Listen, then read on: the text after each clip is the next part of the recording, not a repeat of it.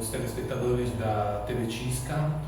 Hoje estamos aqui com uma pessoa especial, o Padre Fonseca, passionista da Diocese de Pemba, Cabo Delgado. Ele tem muito conhecimento sobre os assuntos do terrorismo em Cabo Delgado e neste momento se encontra no Brasil para defender a sua tese de doutoramento em filosofia sobre o pensamento de um grande moçambicano, do professor Severino Guenha. Nós vamos falar hoje com o Padre Fonseca sobre os últimos acontecimentos de Cabo Delgado e vamos começar pela mensagem, o vídeo que os radicais islâmicos, os ditos Al-Shabaab, difundiram há pouco tempo. Padre Fonseca, bem-vindo e é um grande prazer tê-lo conosco. Um prazer a vocês, nossos amigos, prazer também o convite do professor Luca. Professor, é bom nós falarmos sobre o assunto esquecido no mundo. O terrorismo de Cabo Delgado é um assunto esquecido, mesmo com muitas divulgações, mas passa só um dia e depois o mundo se esquece. Por isso é uma oportunidade de nós falarmos sobre isso. Agora, Padre, eu li o artigo que relata da sua denúncia e em que destaca este problema do esquecimento da situação em Cabo Delgado. Mas vamos começar pelo vídeo que foi difundido e que o padre conseguiu interpretar graças ao conhecimento das línguas que ele tem. Qual é a mensagem deste vídeo? O vídeo é uma propaganda, mas eles fazem um resumo de como é que começaram esta guerra, desde o colonialismo, desde a presença dos portugueses em Moçambique, desde o início da Frelimo e o momento que eles acham ter sido excluídos na integração das políticas de Moçambique, da situação política, da situação social. E aí verificamos muitos jovens analfabetos e em meio de tudo isso eles vão se criando, vão se formando com os contactos que têm também com os jovens de outros países e forma-se o grupo que hoje nós moçambicanos chamamos. A mensagem principal é intimidar o povo, mas ao mesmo tempo, como não há respostas positivas do governo, pode ser uma forma de aliciar, uma forma de mostrar aos jovens perdidos de que afinal este é o caminho. Porque no vídeo você encontra a crueldade deles e indica que eles são muito fortes. Então, quem é forte é fácil aderir, aderir os outros. Ao grupo forte. Olha, esta mensagem desmente aquilo que o governo costuma propalar, porque o governo, a tendência do governo, salvo os últimos acontecimentos em Chile, mas a tendência do governo é de minimizar a situação que se está vivenciando em Cabo Delgado.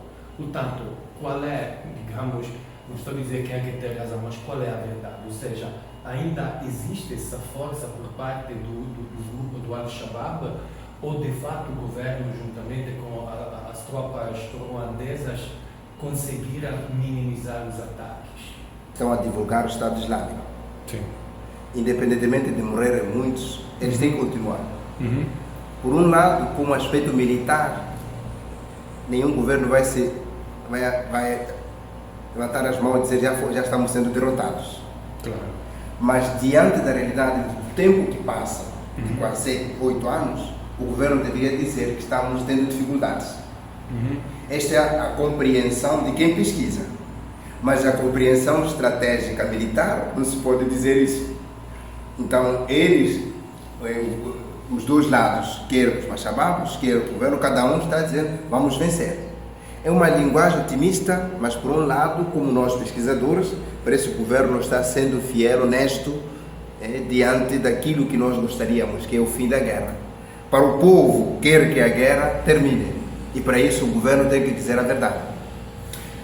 Padre, o povo vai querer naturalmente que a guerra termine, mas que povo? Porque eu vejo, sempre vi, desde 2017, quando os ataques começaram, parece que este é um problema de Cabo Delgado, que não é um problema nacional. Agora, qual é a sua opinião? Quer dizer, estou a ser pessimista? Ou seja, parece-me que esteja a faltar uma solidariedade nacional, fora daquilo que o governo diz ou faz. Mas acho que seria importante assumir a questão de Cabo Delgado como um elemento nacional. Qual é a sua opinião?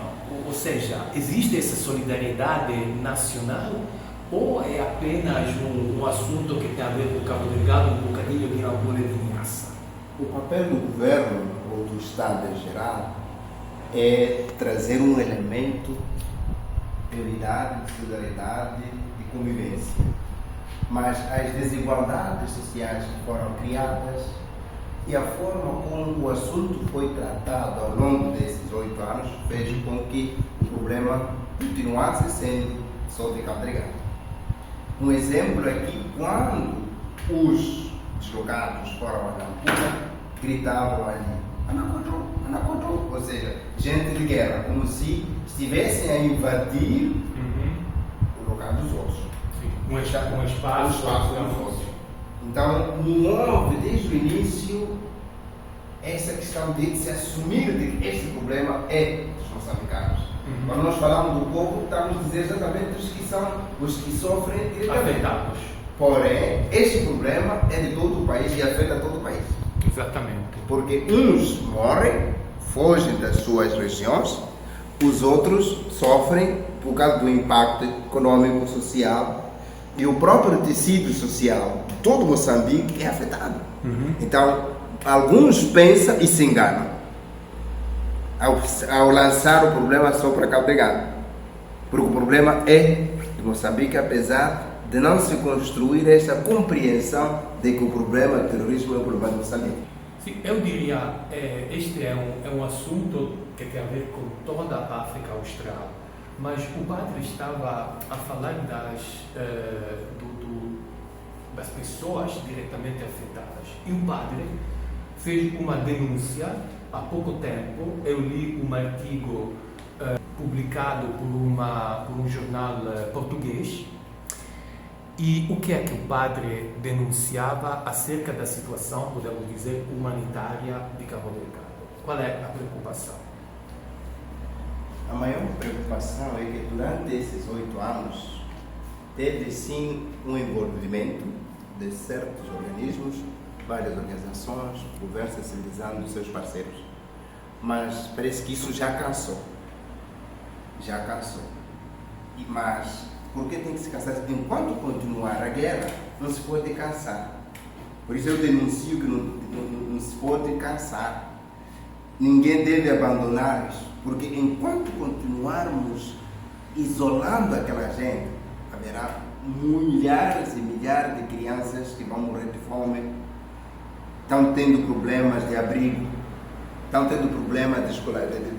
Então, tem que haver ações. Então, a denúncia é que não se deve esquecer o problema de Cabo Delgado, no que consiste no fornecimento de recursos para dar dignidade a essa gente. Eles precisam de comer, precisam de comida. Eles precisam de dormir, precisam de tendas, precisam de material. Então, é isso que eu denuncio, de que há um esquecimento, denuncio o problema da crise humanitária, porque até hoje não há meios suficientes para garantir-se, digamos, uma boa vida, entre aspas, né? Uma vida digna. Portanto, esta situação dos deslocados continua. Por exemplo, nos últimos dias vimos ataque em Chiure e outras localidades. Qual é a situação? Principalmente o padre denunciou uma situação muito preocupante no que diz respeito às crianças. Qual é essa situação, essa preocupação e o que é possível eventualmente fazer para minimizar esta situação? O problema de guerra em Cabo Delgado é sério, porque limita o sonho e a esperança das crianças. Enquanto muitas crianças desaparecem, não encontramos um posicionamento oficial. Desaparecem em que sentido? Como raptadas. Como raptadas.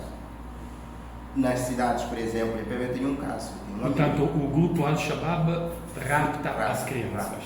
Nos ataques desaparecem essas crianças, então as pessoas que foram raptadas.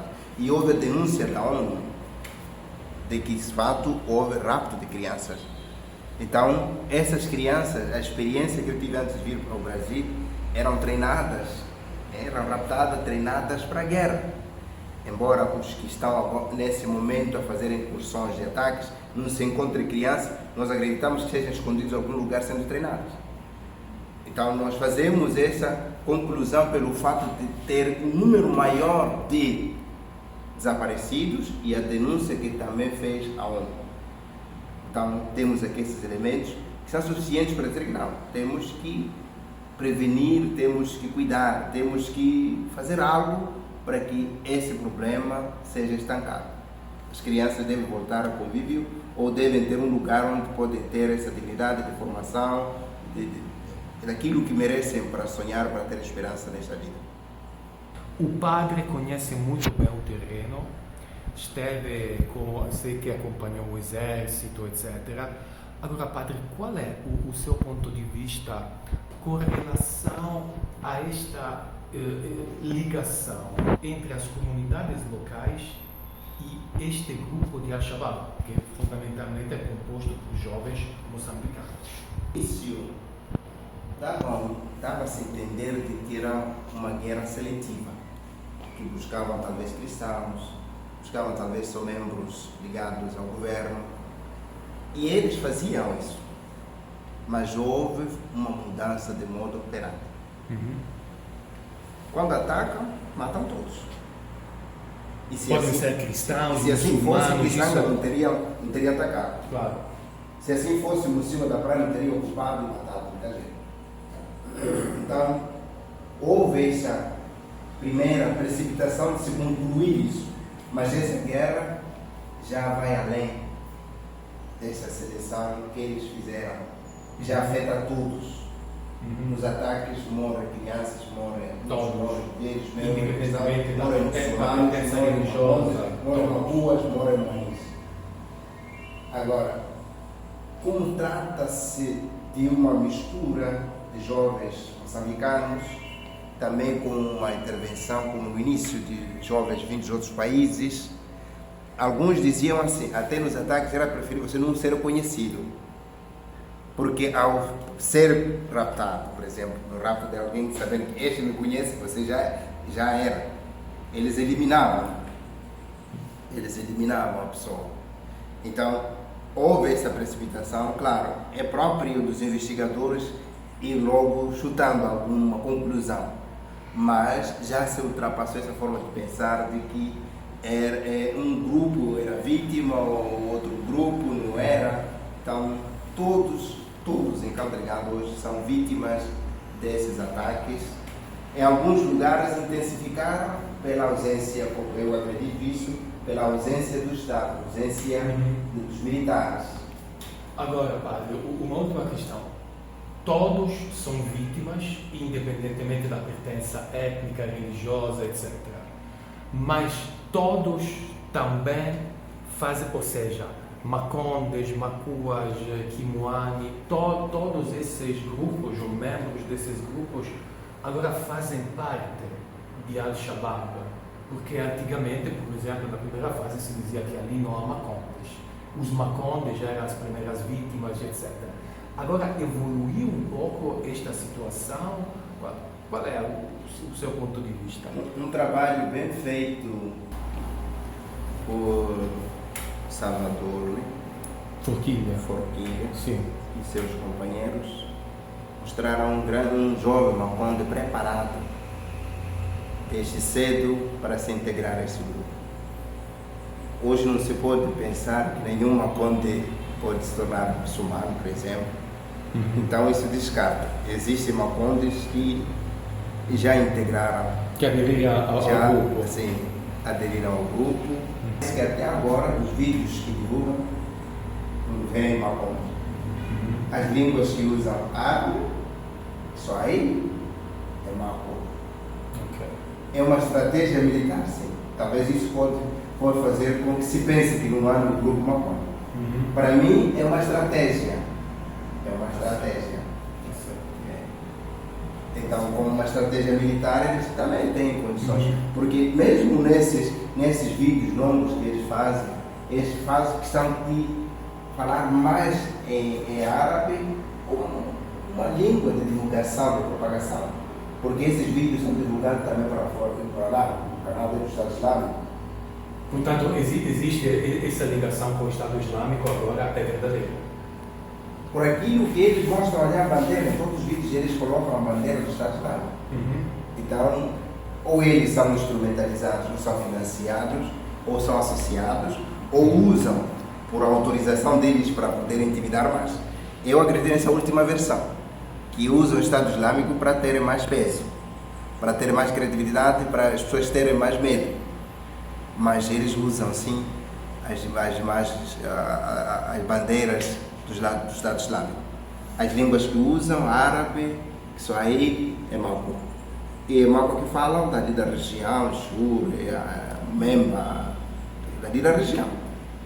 Eu acho que podemos encerrar essa nossa conversa com o Padre Fonseca, agradecendo pela qualidade da informação que nos deu, e eu acredito que ainda tem muita matéria para ser estudada, e também acredito que uma solução apenas militar do conflito provavelmente é uma solução que não vai erradicar esta tragédia que está se vivendo no norte de Moçambique.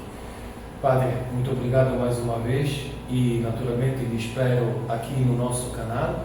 Depois de defender, vai nos apresentar o seu pensamento sobre a filosofia do Severino Goenha. Obrigado e até a próxima. Nenhum mal se elimina com outro mal. O terrorismo não pode ser resolvido com uma questão militar. Deve haver envolvimento de quem sofre, das vítimas, deve-se buscar outras estratégias de diálogo, deve-se encontrar o caminho da paz, usando instrumentos também da paz. Por isso eu agradeço esse espaço e a vocês que vão acompanhando-nos, façam a questão de também contribuírem para que Moçambique, principalmente Cabo Delgado, tenha a paz. Isso é possível, sim. Valeu.